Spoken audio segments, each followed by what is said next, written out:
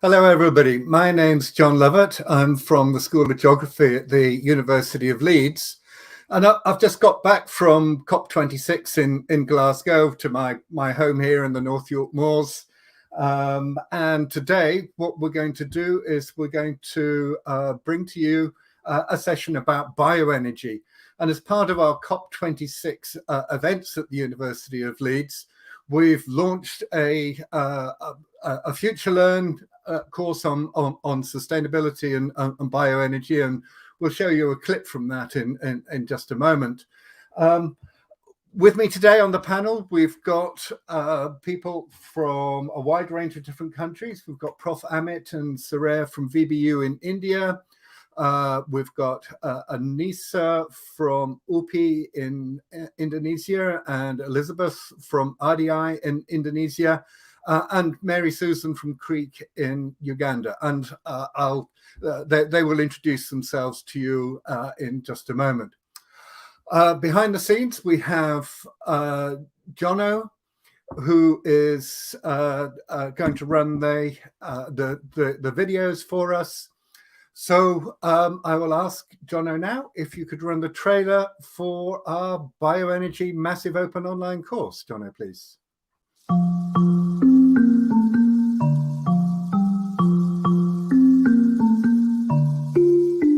Renewable energy can contribute to a more secure, sustainable, and economically sound future. This course explores bioenergy, one of the most diverse and readily available sources of renewable energy, and looks into how it could be utilised to develop sustainable energy solutions in a wide range of communities. You'll look at how the sun's energy is transformed into biomass and explore technologies that convert this into readily available clean energy.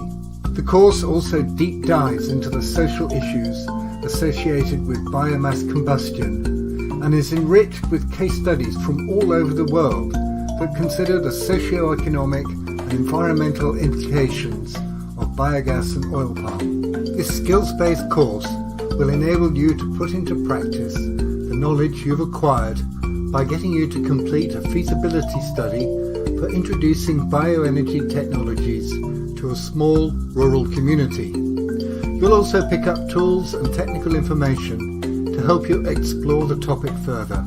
If you want to understand bioenergy and develop practical skills to implement its applications, then join this course.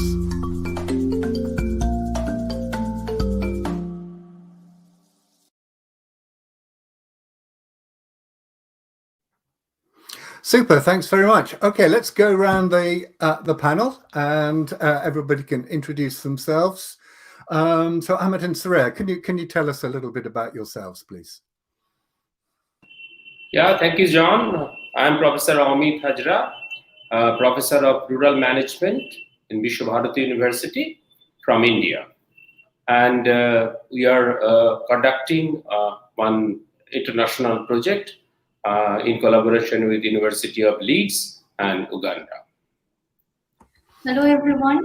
Yes, I'm Shreya, research scholar of Department of Lifelong Learning and Extension, Visva-Bharati Shantiniketan. I'm doing my research under Professor Amit, and we are also working for the Waveform project under Professor Amit. Thank you. Anissa, can you introduce yourself too, please? Thank you, Professor John Lovett. Hello, all of you. My name is Anissa Joviani Astari. I'm a lecturer at the Geographic Department, Universitas Pendidikan Indonesia. So my research interest is environmental science, sustainability, policy change, and particularly during several years, I studied about the palm oil sector also with Professor John Lovett. Thank you. Mary Susan, can you tell us about yourself? Thank you very much, Professor John. Mary Susan Abo. I'm the Managing Director at the Center for Research in Energy and Energy Conservation in Uganda. And the center focuses on increasing access to modern types of energy, and that includes a lot of interventions on bioenergy, cooking technologies, micro and macro bioenergy systems. Thank you. Thank you. And finally, Elizabeth, can you tell us about yourself and RDI?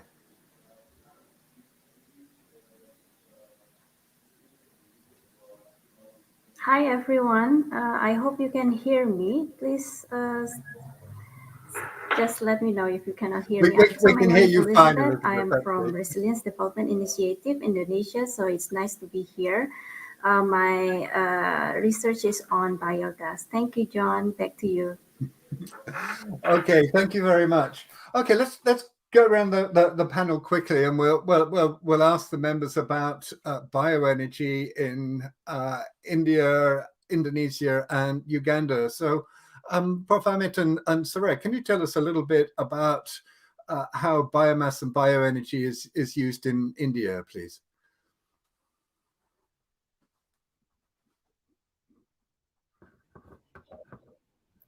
Yes. So basically, the biomass or bioenergy in India, it has been like in the rural areas, the biomass is used extensively. Like rather than using the clean fuel like LPG, liquid petroleum gas, the biomass like firewood, charcoal, coal, these things are used in an extensively in the rural areas. In the urban areas, the LPG penetration is much more than the rural areas. So in our project also we are working for increasing the LPG penetration or the increasing the clean fuel penetration like biogas, solar, wind energy in the rural area. So that's for the biomass, the bioenergy utilization in India. So that's Okay, about it. that's Thank you. great. Thank you very much indeed. Anissa and Elizabeth, can you tell us a little bit about bioenergy in Indonesia? Perhaps Anissa, you'd like to start us off. Okay, thank you, Professor John Lovett. So yes, Indonesia actually has committed to provide energy through the national policy energy, we know, and the policy highlights the importance of diversification and environmental sustainability, including promoting the use of bioenergy. And yes, for the household scale, I think coal dung is usually used, but the source of bioenergy is also coming from palm oil, for example, and there is also a waste from organic waste and yes, and so on. Maybe yeah, Elizabeth can also explain more about the biogas.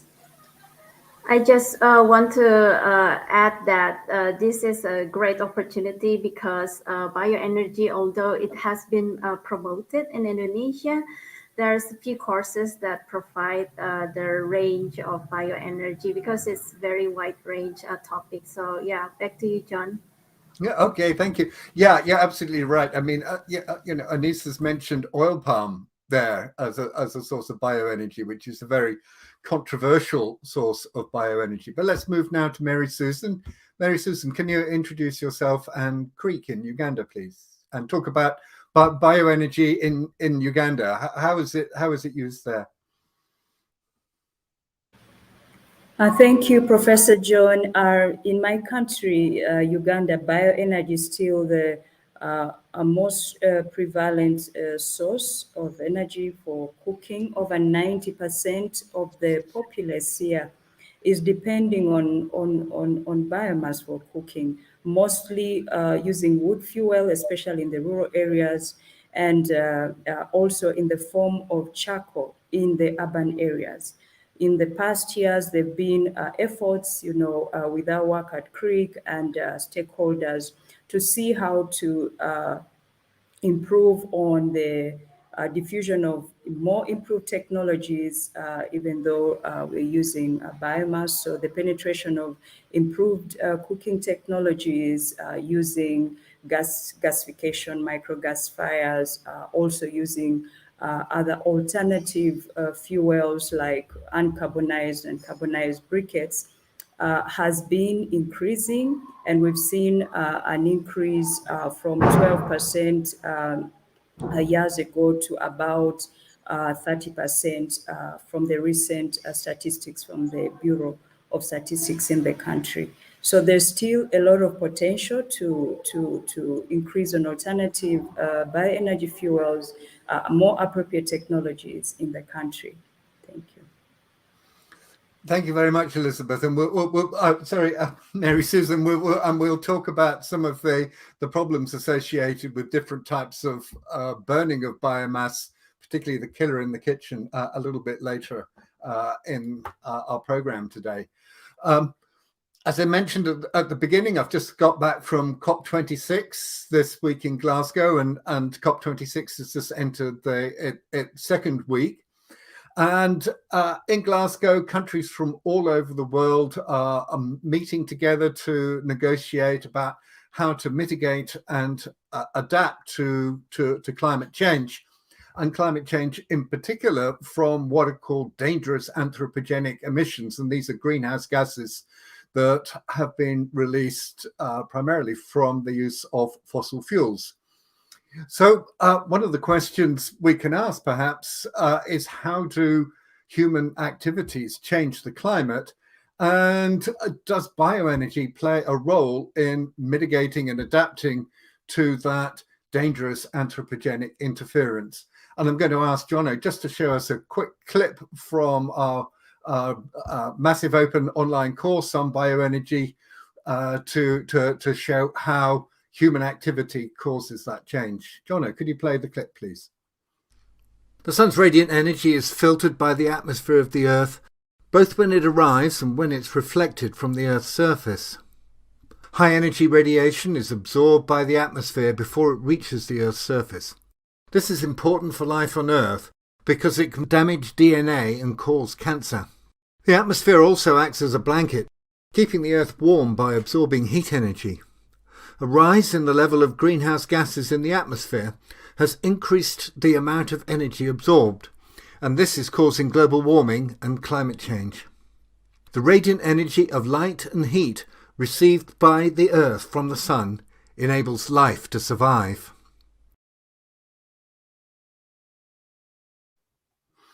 Thank you very much. And you know, one of the big controversies about those dangerous anthropogenic emissions and the causes of climate change is that people in many countries have not historically contributed to those causes. But of course, those countries are being affected by climate change. Prof. Amit and Saraya, can you tell us a little bit about the situation in India? How is India being affected by climate change, and can you see a role of bioenergy for mitigation and adaptation to the effects of climate change? Yeah, John, the impact of climate change is terrific in India. We are facing often this depression, cyclone, and the water level is going high, and all the countries, I think, facing such kind of problem.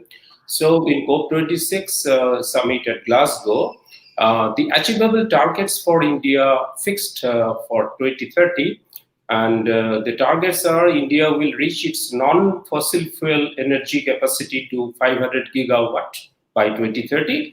By 2030, India will meet 50% of the energy requirements from renewable energy. India will reduce total projected carbon emissions by 1 billion tons from now till 2030. By 2030, India will reduce carbon intensity of its economy to less than 45%. And by 2070, we are expecting the target of net zero to achieve. So I think if we can go through these protocols and target, and if we get this target achieved, I think we will make a climate suitable for the anthropogenic community of India. Thank you very much. I mean, one of the controversies is that India uses quite a lot of coal to generate power. Do you think that biomass and bioenergy is a potential way of substituting the use of coal for energy production in India? Yeah, obvious. And as you know, the cattle population is the highest in the world in India. And we can use this biogas as substitute energy, and that is green also, for the rural people, rural population of India. And we are trying for that, in our project.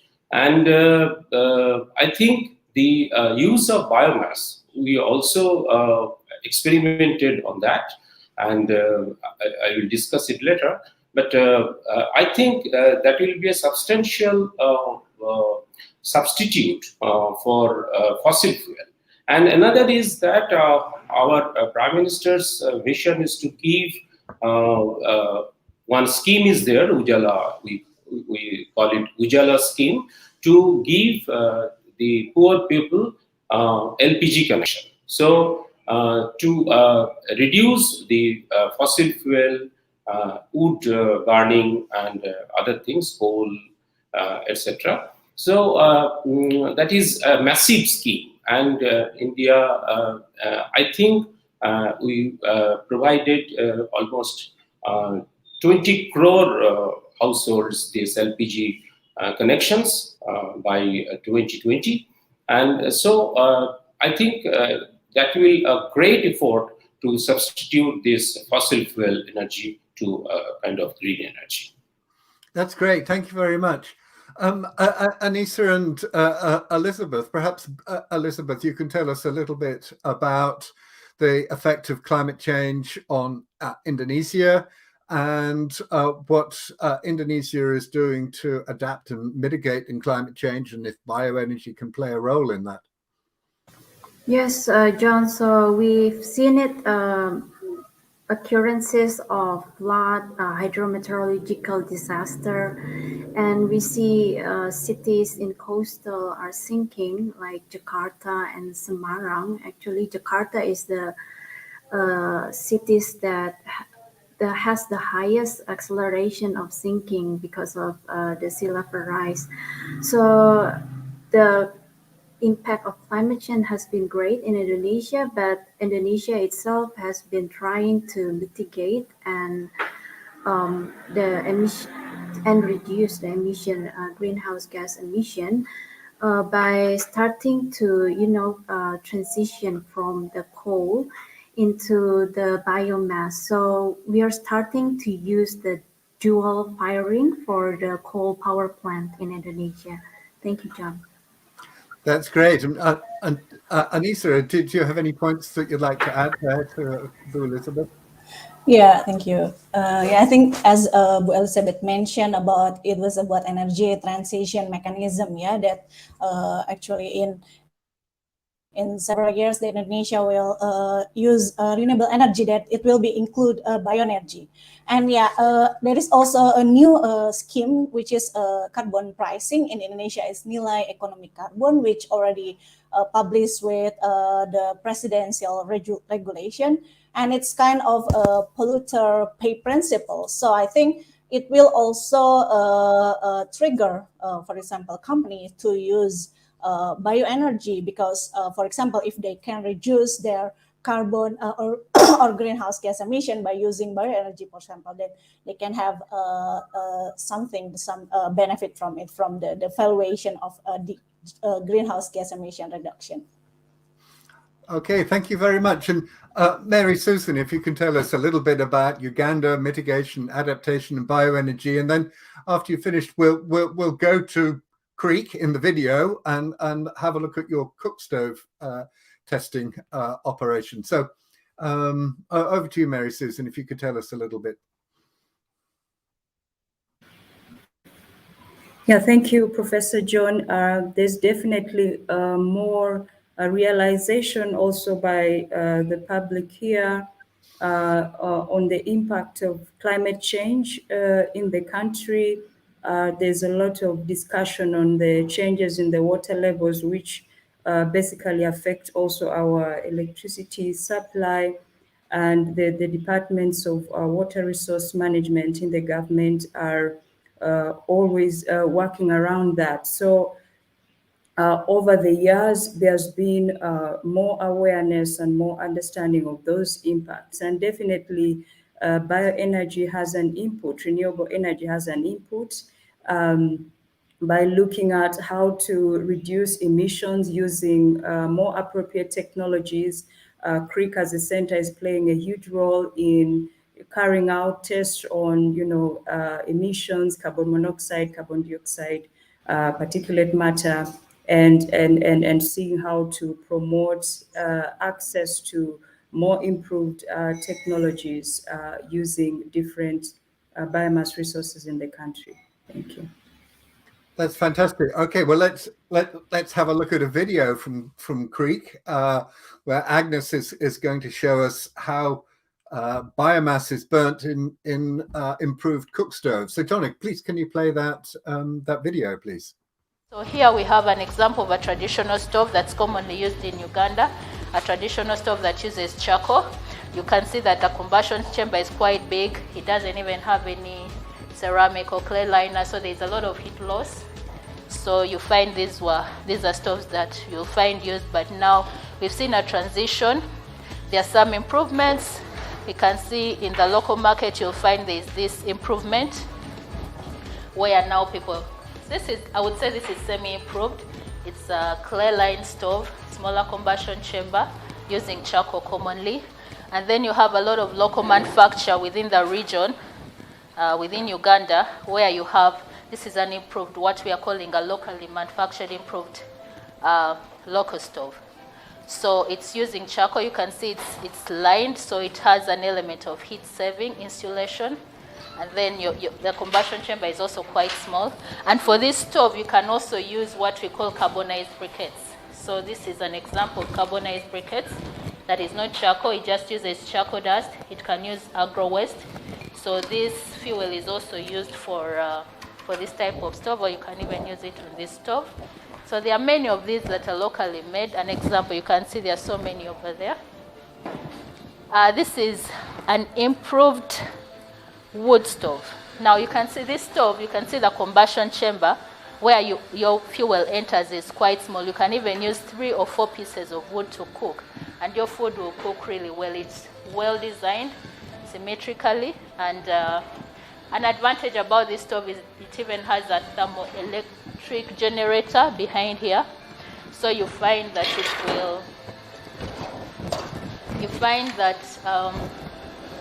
as it cooks, it also generates electricity, and that electricity can be used to charge a phone and light a bulb.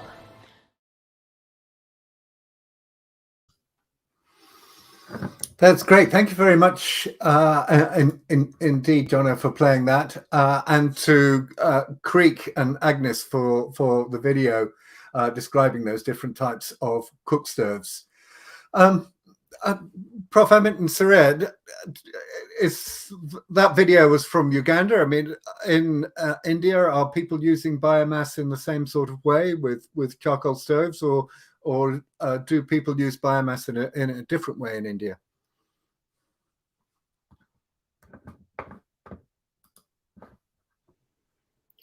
Yes, in India also, like as due to the government intervention, the LPG penetration is there, but it has failed to substitute the biomass in the rural areas, especially.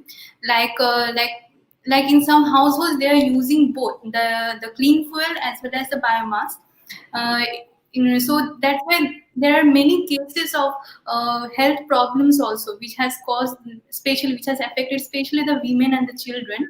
So that we can say in India also, these cook stoves are still prevalent. Still, women are using in their households, and like until date, like in 2015, 1,24,000 premature deaths had occurred in India due to usage of these kind of traditional cook stoves. But due to the government intervention, there has been a 16% rise in the clean fuel in penetration in India. But yet there are still many gaps, and there are still many barriers which India has to overcome in order to achieve a full avoidance of this kind of cook stoves. Moreover, the main carriers and fetching the woods from the forests are women and children. So investment of time in the household work is also going to be less because of this. So that is also one concern for us, that how to minimize this kind of fetching and investment of time to fuel woods collection, 2 weeks collection. and that is also important for the household coal. Okay, thank you very much. And Anissa and Elizabeth, what's the situation in Indonesia? What kind of cookstoves do people use in Indonesia? Is it similar? Do they use charcoal a lot? Well, in Indonesia, we already transitioned into kerosene like in the past decade from woods. But then after the kerosene, we also transitioned into the clean gas, LPG. But of course, those in remote areas are still using woods, dry woods, a lot of them. And I think the next question for Indonesia will be how we transition into more sustainable energy, because the gas in Indonesia reserve is only for the next 70 years. Yeah, that's Anissa, do you have anything to add there?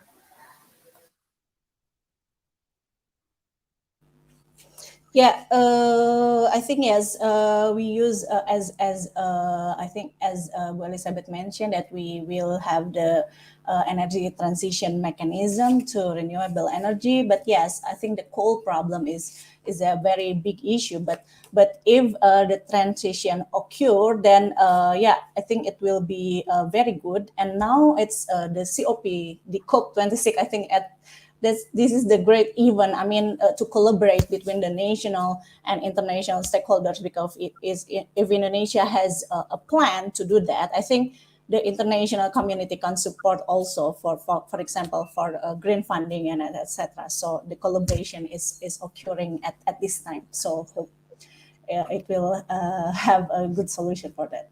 Yeah, there's been some really interesting discussions in COP26 that relate to Indonesia about deforestation, for example. But that's a slightly different issue from our discussions here on biomass, but very topical. In the background, I think Poppy is running a poll asking people about how to use bioenergy in their community. So if you're watching the video live stream, please can you engage with that poll, and we'll come back to it a little bit later. But first, let's have a look at another video from Creek in Uganda, where they have the cook stove testing facility. And one of the concerns about burning firewood in kitchens is what's called the killer in the kitchen. The firewood produces smoke, and particulates in smoke have a very drastic effect on people's health, and it affects women and children most, because they tend to be in the kitchen. So Johnny, could you show us Jimmy Agaba having a look at the quantity of particulates that come from some of those cook stoves? We have the free filter, which has not yet been used, meaning this one has not gone under any test, so it is very clean. So we take the mass before carrying out the test, and then afterwards we bring it here for conditioning for more 24 hours before we take the final mass. Then after operating the stove, depending on the amount of emissions, the particulate matters it has released, we always now get the mass after the test. And in this case, you see that a stove released a lot of particulate matters, as it can be evidenced on the filter paper. So in this case, we always monitor its weight using an electronic sensitive scale, which is here, which is measured to 5 decimal places. You have to take the measurements 5 times repeatedly to avoid any kind of error. So if you see that the results which you obtain are deviating from each other by more than 10 milligrams, then you have to take more extra measurements in order to erase out any kind of doubt within your data. Wow, all those residues go into people's lungs. No wonder it causes it's known as the killer in the kitchen. Mary Susan, can you tell us a little bit about the work of the Regional Testing Centre at Creek and their efforts to design and manufacture fuel-efficient stoves and how to reduce those particulate emissions? Thank you, Professor John. At CREEC, we have a regional testing and knowledge center that was set up several years ago in partnership with different organizations working to see how to reduce the emissions coming out of the conventional stoves that we're using in the country, because like I said earlier, most of the people here, over 90%, are still using biomass for cooking. And in the towns, for instance, with the charcoal, very dangerous gas, the carbon monoxide, if the cooking is done in a closed environment, which is usually the case, and people are ignorant about these emissions, there've been a lot of health hazards and issues of respiratory problems, especially for mothers and children. So at the center, we have state-of-the-art equipment to carry out tests on emissions, mainly carbon monoxide, carbon dioxide, particulate matter, which you saw in the video, basically particles coming out that are inhaled as the cooking is going on by whoever is in proximity, which affects the lungs.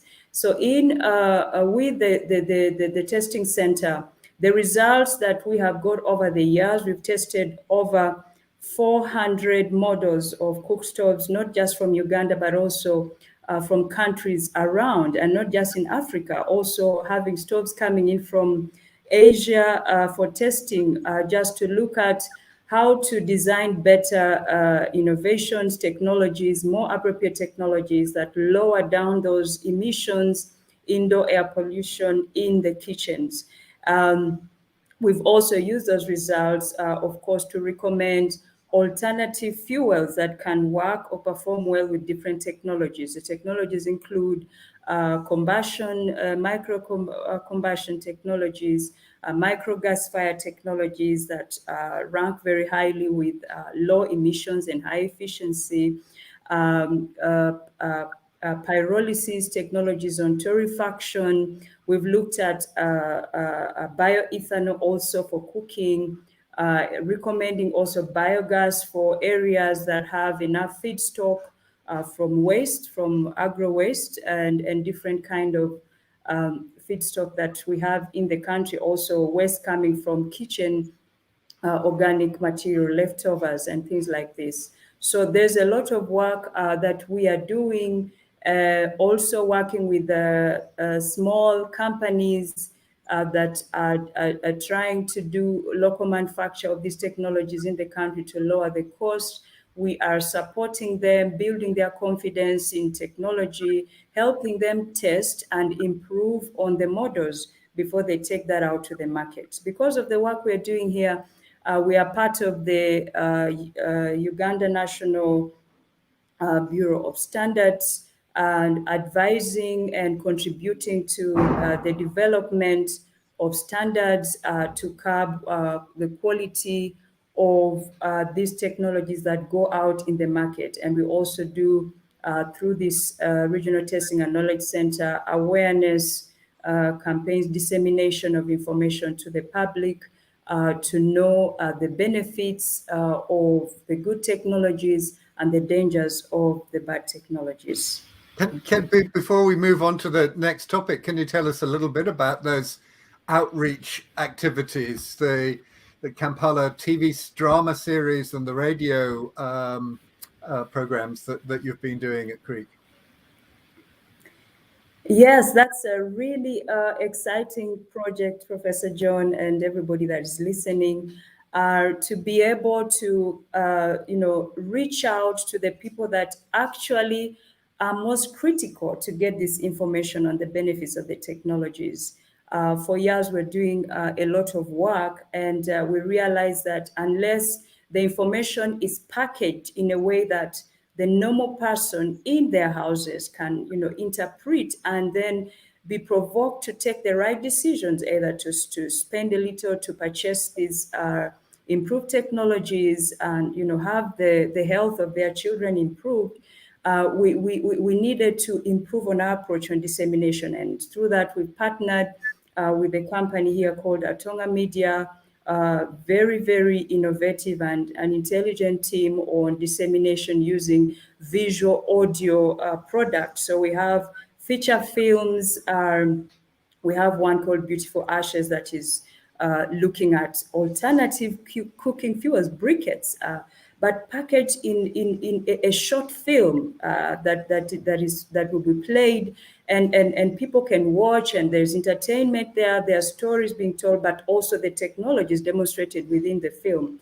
We have a TV series going on now called Kampala that shows a typical pattern of a life in an urban center, but within that, episodes that are bringing out technologies that can be used to cook in the urban center, which are some of those that we have seen in the videos that you've seen before for the Regional Testing and Knowledge Center. We have a radio drama that we expect to go not just in Uganda or in Africa, but all over the world, explaining the benefits of good technology for bioenergy and also the dangers of using poor technologies, the emissions and the real impact it has on lives within the household, and using comic characters to make the story interesting, but at the same time, pass on very critical information that will help the listeners to make decisions on how to spend better on technology. Thank you.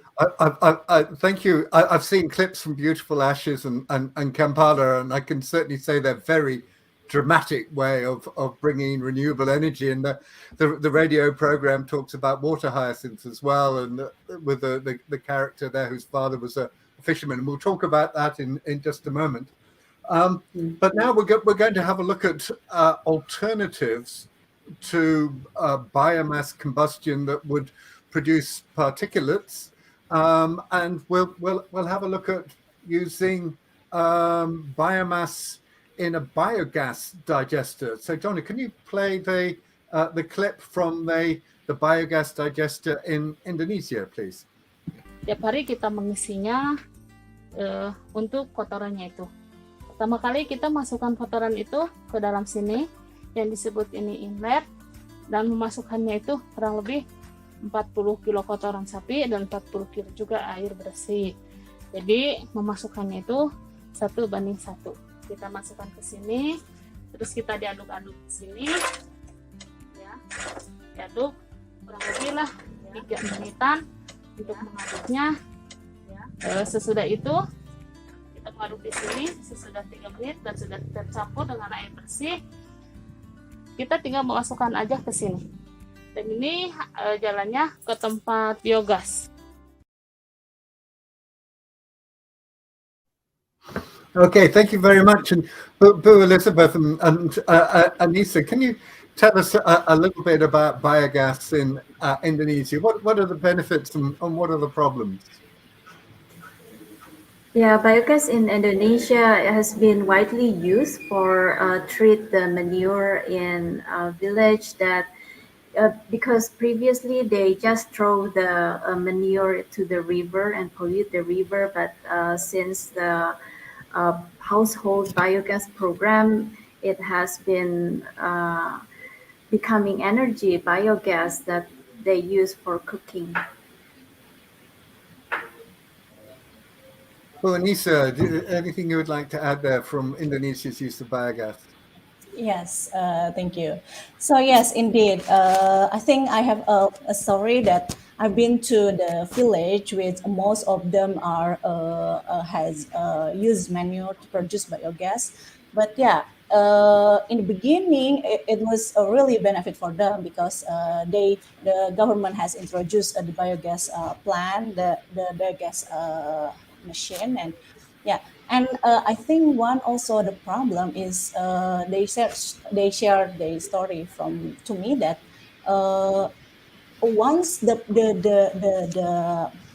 machine is broken, they don't know where to fix the machine. So they told me that they just stopped producing biogas. So I think that's one of the problem that has to be attention for us, for the government and for the stakeholder around this village. Yeah. Yeah, and I also hear that people don't like to use biogas if it's from animal or human waste. Is that right? Yes, that's true. That's true. So we conducted a survey in urban setting in Indonesia, and they dislike the idea of cooking from human manure or from solid waste or something like that. So what government do is that they try to introduce it into the boarding school, um, mostly the religious boarding school, and try to see how the perception would change. But then another solution is that to use the biogas for electricity instead of for cooking. So that might be the next step that the Indonesian government should pursue. Okay, that's very interesting. Well, there are alternatives to using livestock in human slurry. Jono, can you show us a picture of this amazing plant, the water hyacinth? I don't know if anybody out there watching has knows this plant. It's an invasive plant that's been causing all sorts of problems, but it also, you can turn that on its head, and it can offer opportunities. So maybe we can go to Prof. Amit and Sareya to tell us a little bit about the use of invasive plants like water hyacinth for biogas. Over to you, Prof. Amit. Yeah, John, these water hyacinths create a massive problem for rural water bodies in India. And this creates hindrance for fishing, swimming, taking pond water for the cooking purpose. So, but using this kind of water hyacinths for biogas generation has a multi-pronged benefit. So first one is that you can get clean water by through this water hyacinths uplifting, and you are using this in the biogas dome digester as 2:1 proportion, 2 cow dung and 1 water hyacinths, and that will increase 75% of biogas production. We have experimented that in our field also. And so you are getting a clean energy. Third one is that you are getting a good fertilizer, which is richer in nitrogen than plain cow dung. And fourth one is you are using these invasive macrophytes, which is dangerous for the community also. And you can also use their stems. We are generally using the leaves of the water hyacinths, but you can use the stem. I will show you. This is the dried stem of water hyacinths, and you can make this basket with using this sewing stitching. So you can create micro enterprise in rural areas with these invasive macrophytes. That also creates some income generation for the rural households, as well as green energy, green gas. So biogas has no cost if you have enough cattle population. So you are getting gas free, and you can create micro enterprise by using these stems also, and you are getting a good fertilizer, clean water. So this is the unique feature of using invasive macrophytes, especially or biomass, for energizing bioenergy. That's fantastic. It's amazing, you know, if one stops looking at these things as constraints and starts to look at them as opportunities. And I remember when I lived in Tanzania, we used to say, "Tumia bongo," you know, use your intelligence to try and come up with new ideas and new approaches.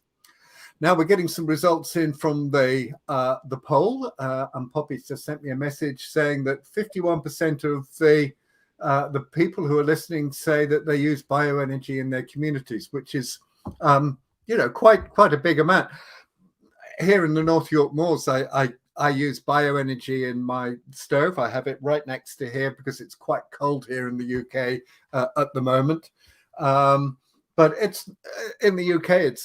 It's not everybody uses bioenergy, but of course around the world a huge amount of bioenergy is used. And of course, if you want to learn more about bioenergy, then please go to our course on the FutureLearn platform, and you can find out lots of information about it there. Right, I think we're ready to take questions at this point, and Poppy's sending me some questions. Here's one from Farhan. She has a question: how massive should the transition and expansion of bioenergy be to fully replace unsustainable energy by the middle of the century? Let's take that to the Indonesia team. Anissa and Elizabeth, what do you think about that question? Can I start it? Elizabeth? Yeah? Okay, that was very interesting question actually from Farhan. Yeah, I think it's from Indonesia. Yeah, and so actually, yeah, it's really quite difficult to say how massive, because yeah, I think in bioenergy also, if it's come from waste or from water hyacinth from that in India is using, I think it's really great. But for instance, if it's coming from the food, yeah, if it's massive, it will be also a problem, because we know that there is a controversial about food versus fuel. So I think, we also need to think about also the bioenergy diversification. So it's not come only from the food, which can produce oil and then use as a biofuel, for instance. But yeah, we need to do diversification that utilize waste. For example, in palm oil, there is a palm oil mill effluent, which is the strong waste, liquid waste that can be also used for biogas. So yeah, I think that's from me. Yes, I think sorry. Yeah, please go ahead. Okay, yeah, I just want to add, confirm what Anissa had said. I think we should focus more on the municipal solid waste, because converted into bioenergy has been proven to be the most impactful way to the environment and the most optimized valorization. And I think we should apply the same way to the agriculture waste, and also for the livestock waste, like from the manure, like we have discussed before. And by using the bioenergy, converting the waste, not only that we have a full circular economy, but we can also convert all the carbon back into its utilization. Okay, thank you very much, Elizabeth. And if we can move on to the next question from Mohammed. Is it possible for an administrative area or city that has the potential to boost the utilization of bioenergy so that it develops a centralized pattern? Maybe we can go to Amit and Surer. In India, do you think bioenergy is going to be able to provide energy at the city level? Yeah, it's very much possible. First thing is that if we collaborate with the municipalities in the local areas, they are the administrative bodies for a city and metropolis also. And if they can segregate this waste into green and others, so we can use that green resources as biomass for producing bioenergy. We have experimented in Shantiniketan that using biomass in the surrounding areas, which are chopped by our the cleaners, and we can use that. We use that biomass for producing bioenergy for hostels, especially girls' hostels. So it is very much possible. I think it's a very good proposal also, and but that depends on the I know that political will of the administration who are in the leadership, and awareness of the people. That two things can speed up this very essential part of bioenergy production. Thank you very much. And Mary Susan, do you think it's possible to scale up bioenergy up to the city level, and maybe your work there with Water Hyacinth provides an opportunity for doing that?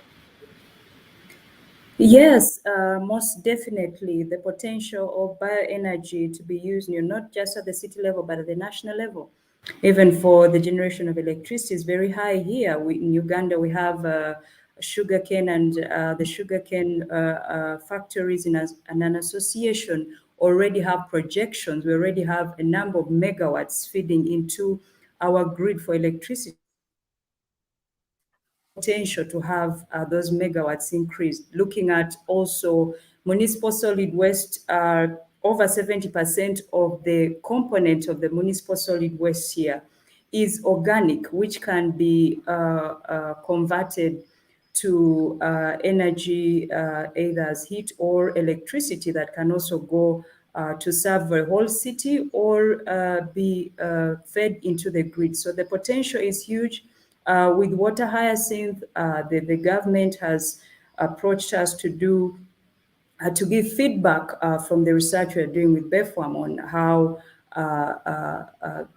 the Water Hyacinth and the energy from the biogas can be used even on a bigger scale for electricity generation, because the quantity is actually quite substantial. So this potential is high, and we are pursuing that. There's a demand for it. The research outputs should be able to answer these questions. We have also other projects with the municipalities here, looking at partnering with them to provide technology for conversion of the organic part of the municipal solid waste for electricity generation. Thank you.